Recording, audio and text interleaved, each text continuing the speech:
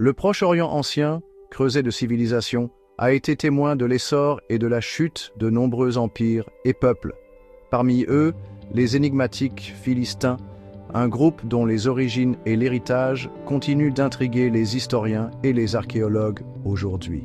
Émergeant au XIIe siècle avant notre ère, les Philistins s'établirent le long de la côte sud-est de la Méditerranée, une région qu'ils finirent par appeler Philistie. Leur arrivée, souvent décrite comme une période de bouleversement et de conflit, marqua un chapitre important de l'histoire du Levant. Les Philistins, avec leur culture distincte et leurs prouesses maritimes, ont laissé une marque indélébile sur la région, une marque qui résonne encore aujourd'hui. Leurs interactions avec les Israélites, leurs voisins de l'Est, allaient façonner le paysage politique et religieux du monde antique. Les Philistins n'étaient pas une entité monolithique, mais plutôt une confédération de cités-États, chacune avec son propre dirigeant et sa propre sphère d'influence.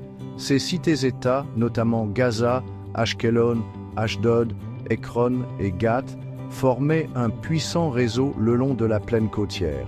Leur position stratégique, contrôlant les routes commerciales clés entre l'Égypte et le Levant, leur apporta à la fois prospérité et conflit.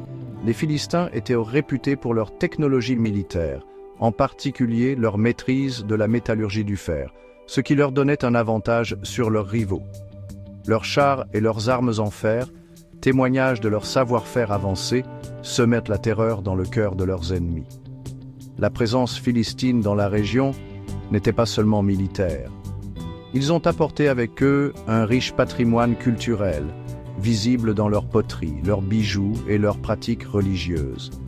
Leur style distinctif, un mélange d'influences égéennes et proche-orientales, reflète leurs origines diverses et leurs interactions avec le monde méditerranéen au sens large. Les croyances religieuses des Philistins, centrées autour d'un panthéon de divinités, différaient sensiblement de celles des Israélites.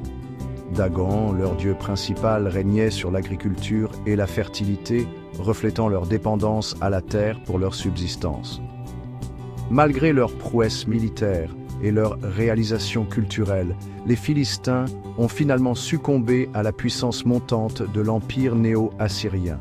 À la fin du 8e siècle avant notre ère, les Assyriens, menés par Tiglath-Phalessar III, conquirent une grande partie du Levant, y compris la Philistie. Les villes philistines furent soumises, leur autonomie réduite et leur confédération autrefois puissante s'effondra sous la puissance assyrienne.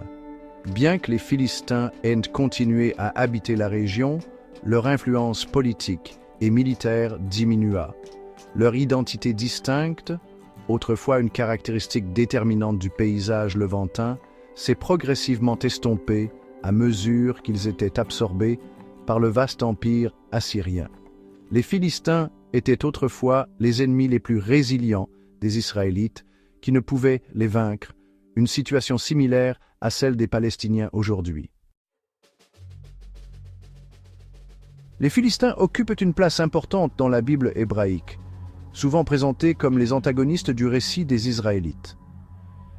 Leurs affrontements, gravés dans les récits bibliques, fournissent de précieuses informations sur la dynamique politique et militaire de l'époque.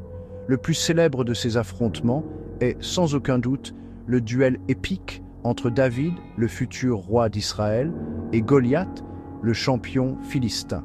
Cette histoire, racontée dans le livre de Samuel, captive les lecteurs depuis des siècles et symbolise la lutte entre le plus faible et le géant apparemment invincible. Au-delà des batailles individuelles, la Bible décrit un conflit plus large entre les Philistins et les Israélites, un conflit qui a joué un rôle essentiel dans la formation de l'identité et du destin du peuple israélite. Les Philistins, avec leur technologie militaire supérieure, représentaient une menace constante pour le jeune royaume israélite. Leur oppression, selon les récits bibliques, a servi de catalyseur à l'unification des tribus israélites sous un seul roi, d'abord Saül, puis David. La menace philistine a donc, par inadvertance, contribué à l'essor de la monarchie israélite et à l'établissement d'un royaume puissant qui allait dominer la région pendant des siècles. Si la Bible offre un récit riche sur les Philistins, c'est grâce à l'archéologie que nous acquérons une compréhension plus nuancée de leur culture, de leur vie quotidienne et de leur destin final. Les fouilles sur des sites philistins, tels que Tel Kassil, Ashkelon et Ekron, ont mis au jour un trésor d'artefacts qui éclairent leur culture matérielle et leur organisation sociale. Ces découvertes révèlent un peuple bien loin des antagonistes unidimensionnels décrits dans certains récits bibliques. Les Philistins, suggèrent les archives archéologiques, étaient des artisans, des commerçants et des bâtisseurs qualifiés qui participaient à des réseaux sociaux et économiques complexes. La présence philistine dans la région n'était cependant pas destinée à durer. Les preuves archéologiques confirment le récit biblique de leur déclin et de leur disparition éventuelle en tant que groupe culturel distinct. Les couches de destruction sur les sites philistins, datés de la fin du 8e et du début du 7e siècle avant notre ère, indiquent une période de bouleversement et de violence généralisée. La conquête assyrienne de la région, suivie de l'invasion babylonienne, porta un coup fatal à la puissance philistine. Leurs villes furent rasées, leur population dispersée et leur culture distincte progressivement assimilée à celle de leurs conquérants. Les Philistins, autrefois une force formidable au Proche-Orient ancien, ont disparu de la scène historique, ne laissant derrière eux que des indices alléchants de leur existence dans les archives archéologiques. Bien que les historiens et érudits refusent d'admettre en relativisant un lien héritaire entre les Philistins et le peuple palestinien, pour moi, professeur Guy Kiboulou Bakouri, réconciliant les résiliences de ces deux peuples jamais vaincus par les Israélites et les Israéliens d'aujourd'hui, je n'hésite pas à me laisser convaincre que les Philistins sont les ascendants des Palestiniens. Leurs descendants partagent un lien d'appartenance commune au terme Palestine. Puisque de l'histoire ancienne à l'histoire contemporaine s'entretiennent une sorte d'ambiguïté rendant impossible la traçabilité généalogique entre les Philistins et le peuple palestinien, le professeur Guy Kiboulou Bakouri, éminent chercheur congolais de Kinshasa RDC vivant en Afrique du Sud, pour parer à cette ambiguïté, part de l'histoire contemporaine à l'histoire ancienne, inversant l'ordre, en mettant un parallélisme entre les deux différentes résiliences philistines et palestiniennes face aux Israélites et Israéliens aujourd'hui, pour comprendre la complexité du conflit israélo-palestinien. Le lien historique entre les Philistins de l'Antiquité et les Palestiniens d'aujourd'hui est un sujet de débat et de sensibilité considérable. Bien que le terme Palestine lui-même soit dérivé du nom romain de la région, Palaestina, qui à son tour provient de la terre philistine de Philistie, la question de la lignée généalogique directe est plus complexe. Certains chercheurs affirment que les Philistins, malgré leur assimilation éventuelle à d'autres cultures, pourraient avoir laissé un héritage génétique et culturel durable dans la région. Un héritage qui pourrait les relier aux habitants ultérieurs, y compris les Palestiniens. Cette affirmation d'un lien direct n'est cependant pas sans critique. De nombreux historiens et archéologues soutiennent que les Philistins, en tant que groupe distinct, ont cessé d'exister des siècles avant l'émergence du peuple palestinien. Le passage du temps, le mélange des populations et l'influence des migrations et des conquêtes ultérieures, affirme-t-il, rendent difficile l'établissement d'un lien généalogique clair. De plus, le concept de nation ou de peuple tel qu'il est compris à l'époque moderne était considérablement différent dans le monde antique, ce qui rend problématique la projection des notions contemporaines d'identité sur les populations passées. Le débat entourant le lien entre Philistins et Palestiniens est souvent lié au discours politique contemporain. Si la question d'un lien généalogique direct entre les Philistins et les Palestiniens reste un sujet de débat scientifique, il ne fait aucun doute que les Philistins, comme de nombreux autres groupes qui ont habité la région, ont laissé leur marque sur la tapisserie culturelle du Levant. C'est inexplicable depuis 1948. Les Palestiniens font la résistance avec des moyens rudimentaires face à Tsahal, l'une des armées du monde les plus sophistiquées. On se souvient de deux périodes d'intifadas face aux chars israéliens. Cette dualité complexe fait du conflit israélo-palestinien une bataille du non-vainqueur de non-vaincu jusqu'à la venue de Mekhia, telle que l'enseigne la prophétie biblique. À suivre les détails lors de la publication du livre et documentaire encore en chantier du professeur Guy Bakouri.